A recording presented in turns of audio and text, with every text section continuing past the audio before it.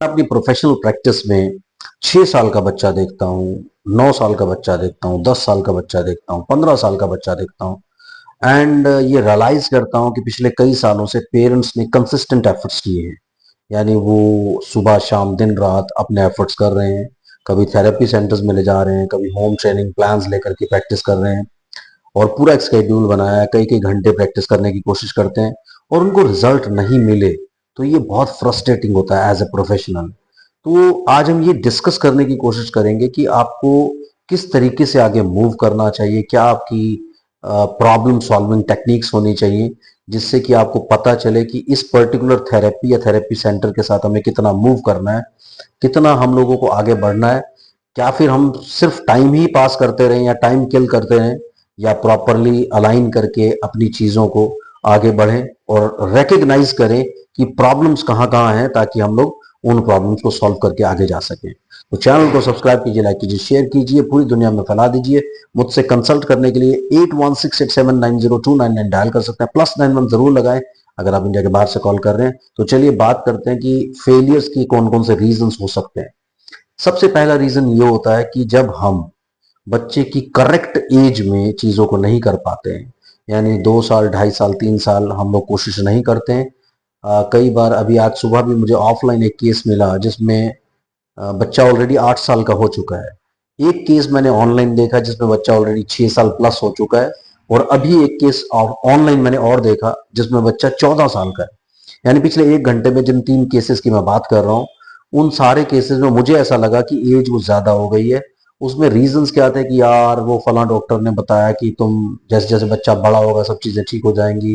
Family में कुछ लोग बोलते हैं कि वो बच्चा इतने साल का बोला था, वो बच्चा इतने साल का बोला था, चीजें ठीक हो जाएंगी।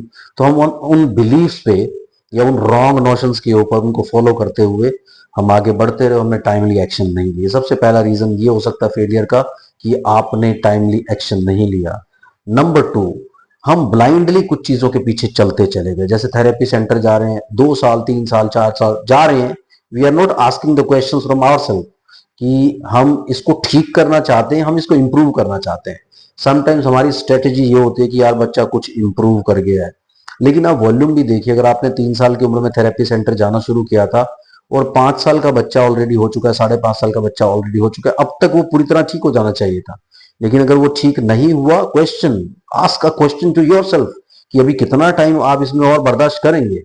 और फिर तीसरी बात ये होती है कि जब आप थेरेपी सेंटर्स में जाना शुरू करते हैं, कई बार आप अपने आप को, बच्चे को सेंसरी ओवरलोड करते हो और अपने आप को मेंटली ओवरलोड कर लेते हो। यानी आप फाइनेंशियली, मेंटली, फिजिकली हर तरीके से ओवरलोड हो जाते हो। आप न्यूक्लियर फैमिली में रहते हो, सारी रिस्पॉन्सिबिलिटीज आपके ऊपर होती है, लेकिन उसके साथ साथ आप एक रूटीन बना लेते हो कि मुझे सुबह दोपहर शाम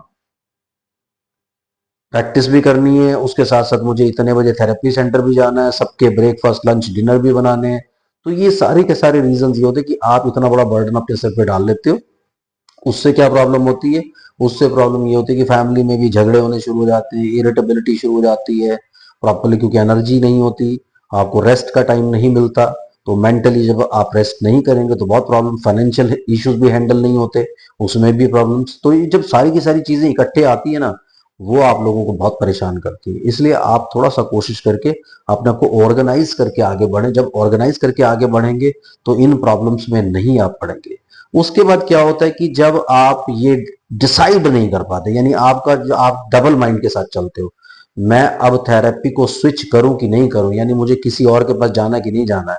अगर आपने ऑलरेडी 6 महीना 8 महीना 1 साल किसी को ट्राई किया है, उसमें जीरो इंप्रूवमेंट आपको मिल रही है या 5% 10% इंप्रूवमेंट मिल रहा है, तो थोड़ा डिफिकल्ट हो जाता है चीजों के साथ आगे मैनेज करना, आगे बढ़ना। इसलिए थोड़ा आपको कोशिश वहां पे भी करना चाहिए कि फटाफट से डिसीजन लेना इंपॉर्टेंट है, लेकिन किसी भी थेरेपिस्ट को कम से कम 6 महीने का टाइम देना तो बहुत जरूरी है। कई बार आप एक्सपेक्ट करते हो कि 1 महीने 1.5 महीने में मुझे रिस्पॉन्स मिल जाए। आप कहते हो कि फैमिली नहीं मान रही, 1 महीना हो गया, कोई फर्क नहीं पड़ा। जो आपके बच्चे के साथ डिसऑर्डर है, चाहे वो एडीएचडी है, चाहे वो ऑटिज्म है, कुछ भी है, ये सारे डिसऑर्डर्स में कभी भी आपके बच्चे को आप मान के चलिए कि 6 महीने से पहले इंप्रूवमेंट्स दिखनी शुरू नहीं होती। 3 महीने मिनिमम है, लेकिन आपको फिर भी चलिए 3 महीने में नहीं दिख रहा तो 6 महीने के बैंड तक डेफिनेटली ट्राई करना चाहिए कि कुछ इंप्रूवमेंट तो मिले। तो जब वो मिलना शुरू होता है, क्योंकि कई बार क्या होता है कि ये बच्चे ना अपने आप को रोक के रखते हैं, बहुत बड़े ब्लॉक मास्टर होते हैं, एकदम से शुरू करते हैं। इसलिए आप उस चीज की स्ट्रेस मत लिया कीजिए। लेकिन अगर आपको इंप्रूवमेंट 10% 20% इंप्रूवमेंट मिल रहा है, आगे बढ़िए, कोई हर्ज नहीं है थेरेपी को कंटिन्यू करने में। लेकिन अगर वो 0% है और आप सिर्फ आगे बढ़े जा रहे हैं और कहीं नहीं जा रहे हैं, तो फिर वो वैसा ही होता है जैसे आप ट्रेडमिल पे वॉक कर रहे हैं, भाग रहे हैं, आपको ये नहीं पता कि आपको जाना कहाँ है। इसलिए बहुत इंपॉर्टेंट होता है ये चीज डिसाइड करना कि वो चीजें चल रही कि नहीं चल रही। उसके बाद आती है फैमिली सपोर्ट। तो फैमिली सपोर्ट कितना आपको मिल रहा है। कई बार क्या होता है कि आप अकेले अपने दम पे कई सारी चीजें करने की कोशिश करते हो, फैमिली में कोई और आपको सपोर्ट नहीं करता। तो कई बार आप कोशिश अगर करें, इरिटेट होने की बजाय आराम से बैठें, फैमिली के सामने अपनी प्रॉब्लम्स को रखें, अपने इश्यूज को रखें कि हम लोग इस चीज को ऐसे मैनेज कर सकते हैं, तो कई बार आप उसका हल निकाल सकते हैं। लेकिन कई बार हम क्या होता है, एडमेंट हो जाते हैं कि फैमिली सपोर्ट करेगी नहीं, या प्री कंसीव नोशन हमारे होते हैं, यानी अवधारणाएं ऐसी बन जाती हैं कि कोई सपोर्ट करने वाला नहीं है।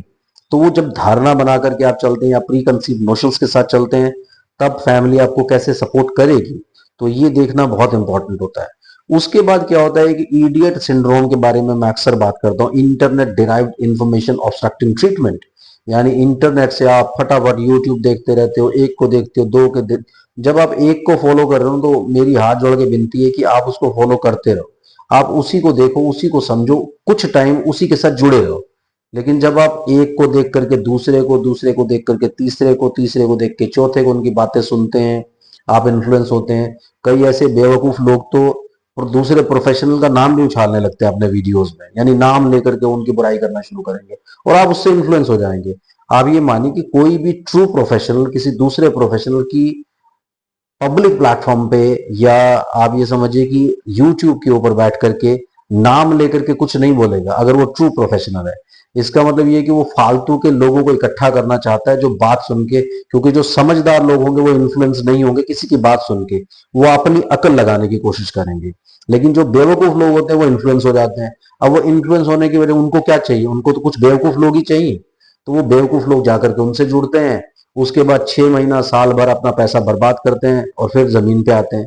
इसलिए आप ऐसी कोई अपने साथ कुछ प्रॉब्लम्स नहीं कीजिए, डिसीजंस ऐसे मत लीजिए, सोच समझ के डिसीजंस लीजिए, फिर आगे बढ़िए।